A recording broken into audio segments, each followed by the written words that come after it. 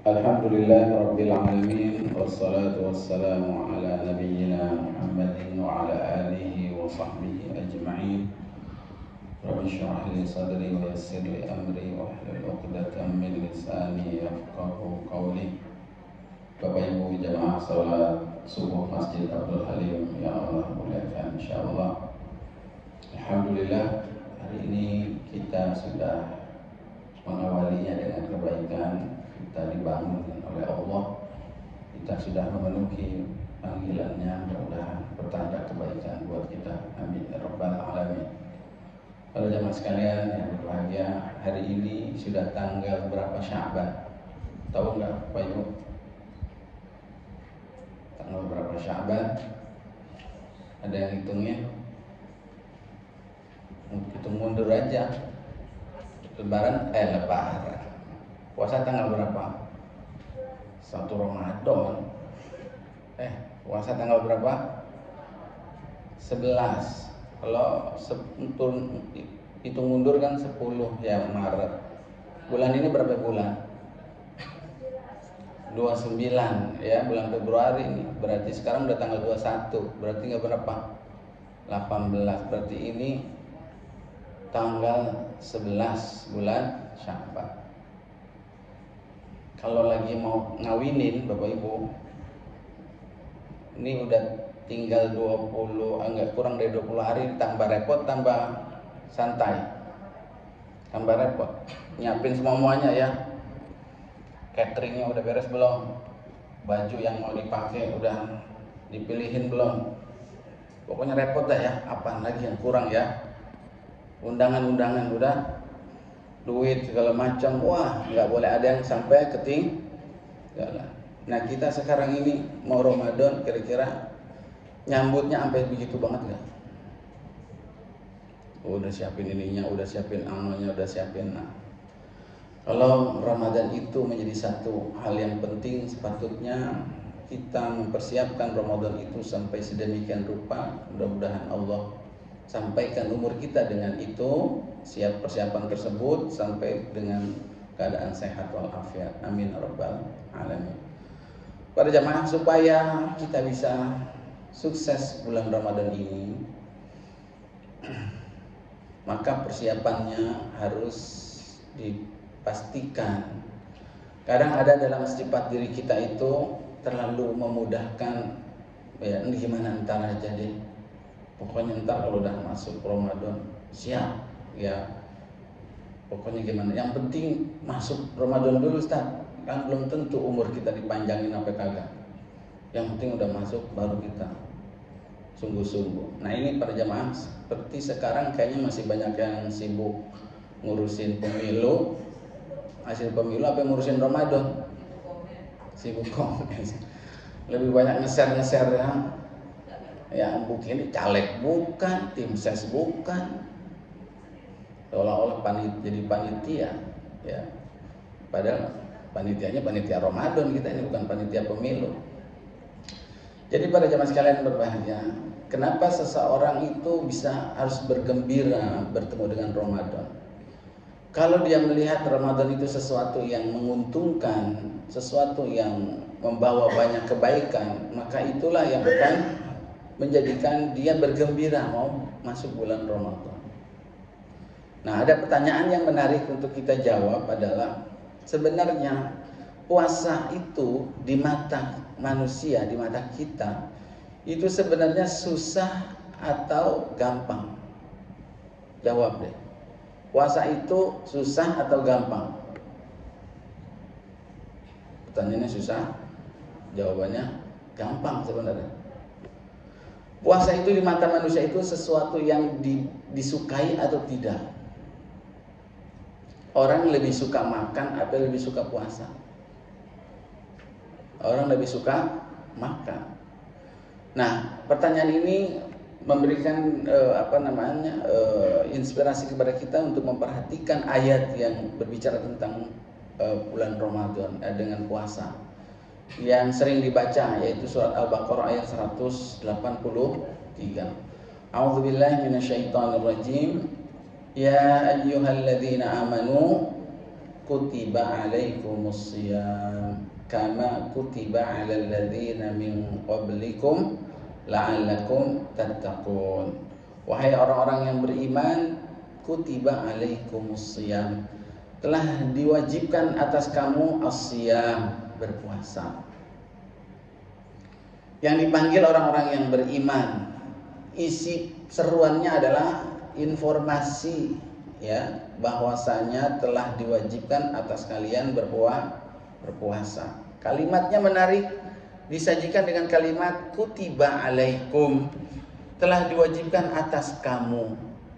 Kenapa tidak menggunakan kalimat kataballahu alaikumus shiyam?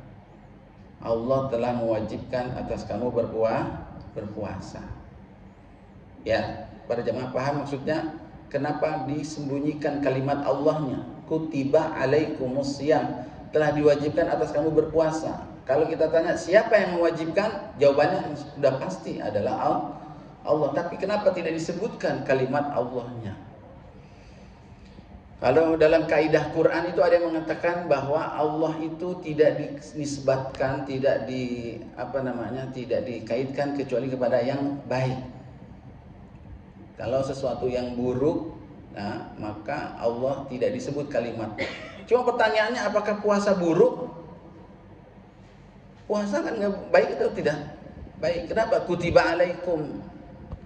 Ternyata selain maknanya adalah bahwa itu kalau Allahnya tidak disebutkan itu adalah sesuatu yang buruk, ternyata pilihan yang keduanya adalah kalau puasa itu adalah baik, maka pilihan keduanya puasa itu adalah sesuatu yang tidak disuka oleh manusia pada hukum awalnya, dasarnya.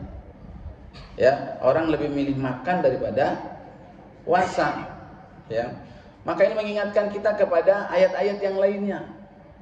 Kutiba alaikumul qitalu wa huwa kurhul lakum. Allah mengatakan telah diwajibkan atas kamu al-qital. Apa arti qital? Berperang. Allah tidak mengatakan kataballahu alaikumul qital. Allah telah mewajibkan atas kamu berperang. Kenapa? Wa huwa kurhul lakum. Karena perang itu adalah sesuatu yang dibenci oleh kita. Maka sesuatu yang dibenci, yang tidak disukai oleh manusia, umumnya Allah menggunakan kalimat kutiba alaikum dan tidak menyebut nama Allah.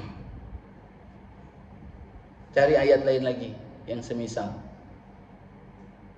Kutiba alaikumul qisas, telah diwajibkan atas kamu qisas. Qisas itu apa? Hukum balas. Ya, mata balas mata, hidung balas hidung, gigi balas gigi, kuping balas kuping, bunuh dibunuh lagi. Orang ketika mendengar kisos, bawaannya serem atau menyenangkan? Horor, kisos. Ya, sesuatu yang menakutkan, sesuatu yang tidak disukai oleh manusia, maka Allah menggunakan kalimat kutiba alaikumul qisas. Apalagi kutiba alaikum idza hadara ahadakumul maut. Kematian. Kalau datang kematian kepada kamu, intaraka gimana? Kutiba alaikum idza hadara ahadakumul maut intaraka khairan alwasiyatu lil walidain. Ya, memang perintahnya adalah untuk berwasiat, tapi kalimat yang dimunculkan adalah idza hadara ahadakumul maut. Kematian dulu yang disebutkan oleh Allah, dan kematian itu sesuatu yang disukai oleh manusia atau tidak? Tidak disukai, maka Allah gunakan kalimat kutiba. Begitu juga ketika kita membaca ayat kutiba alaikumus shiyam, maka puasa itu pada dasarnya adalah sesuatu yang tidak disukai oleh manusia. Gimana mungkin sesuatu yang tidak kita sukai datang bulan Ramadan mau diwajibkan? Bagaimana bisa kita berbahagia? Kalau orang yang tidak memahaminya, berat untuk berbahagia menyambut datangnya bulan Ramadan. Biasanya pagi-pagi ngemil, ya, ngopi, ngeteh, ini sebulan penuh kita nggak boleh makan siang, minum, dan seterusnya. Maka apa faktor yang menjadikan kita itu harus bahagia begitu datang bulan Ramadan? Ternyata adalah Allah mengisyaratkan puasa itu akan menjadi sesuatu yang disukai ketika ya ayyuhalladzina amanu. Ketika yang menyambut, yang menjadi landasannya adalah iman kita pada Allah. Imanlah yang menjadi penggeraknya, menjadikan puasa yang tadinya tidak disukai menjadi disukai. Ya, buktinya apa? Buktinya di zaman Nabi ada ada larangan dari Nabi untuk berpuasa wisol, ya puasa nyambung berjamaah.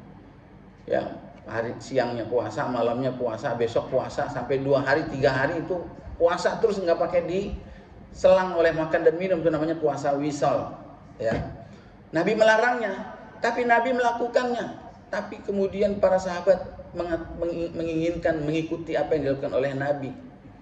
Ya, akhirnya para sahabat ngikutin sama Nabi. Nabi puasa sehari, dia ikut. 2 hari dia puasa, mereka ikut. Berikut hari ketiganya keburu datang hilal. Hilal yang datang. Hilal Syawal. Ya, besoknya berarti Lebaran.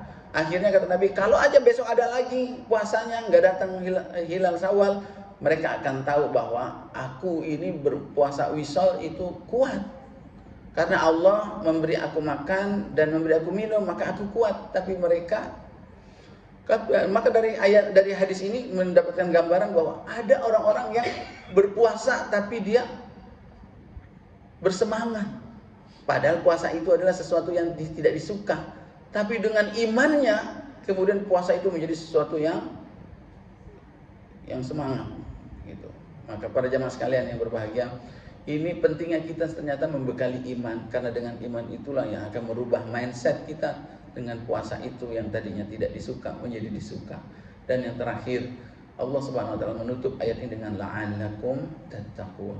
Tujuan daripada puasa itu adalah agar kita bisa memperoleh derajat takwa. Dan derajat takwa itu susah berjamaah. Sesuatu yang membuat derajat kita tinggi di sisi Allah, untuk menjadi orang takwa itu susah. Kalau ada trainingnya, bayar 1 juta. Kalau orang tahu langsung ada jaminan selesai training itu bisa jadi orang takwa, itu orang pada berebut. Ada nggak training? Ya, yang tujuannya ngeluarin lulusnya langsung jadi takwa. Bayarnya 1 juta. Tapi kalau dapat jaminan, orang pada mau. Tapi nggak ada yang berani ngejamin berjamaah. Nah, bulan Ramadan dengan puasa ini Allah memberikan sarana untuk mendapatkan takwa itu. Kalau kita begitu ingin meraih derajat takwa tersebut, maka dia akan menyambut trainingnya selama 1 bulan, namanya bulan Ramadan. Di training selama 1 bulan gratis. Siapa yang bersungguh-sungguh, maka lulusannya adalah akan menjadi orang yang bertakwa. Karena awalnya iman, tujuannya takwa, maka berubahlah mindset kita. Puasa yang tadinya tidak disuka harus menjadi sesuatu yang kita impikan, kita dambakan. Maka siang dan malam, hari-hari sampai menjelang bulan Ramadan ini akan kita persiapkan dengan sebaik-baiknya. Mudah-mudahan Allah Subhanahu wa taala membimbing kita. Amin ya rabbal alamin. Demikian perjamaah yang bisa kita bahas pada pagi hari ini. Ya, mengumumkan, sudah bisa diumumkan belum tarhib Ramadan? Ya, nanti tinggal tunggu waktunya. Kemungkinan akan terjadi, ya kayak mau ini aja, ijtima hilal. Kemudian akan terjadi pada hari Ahad, tepatnya tanggal 3 Maret kita akan melaksanakan tarhib Ramadan. Tolong sampaikan kepada jamaah-jamaah yang lain, mudah-mudahan kita bisa hadiri. Aqulu qauli hadza wa astaghfirullahal azim li wa lakum. Subhanaka Allahumma wa bihamdika asyhadu an la ilaha illa anta astaghfiruka wa atubu ilaik. Wal 'afwu minkum. Wassalamualaikum warahmatullahi wabarakatuh.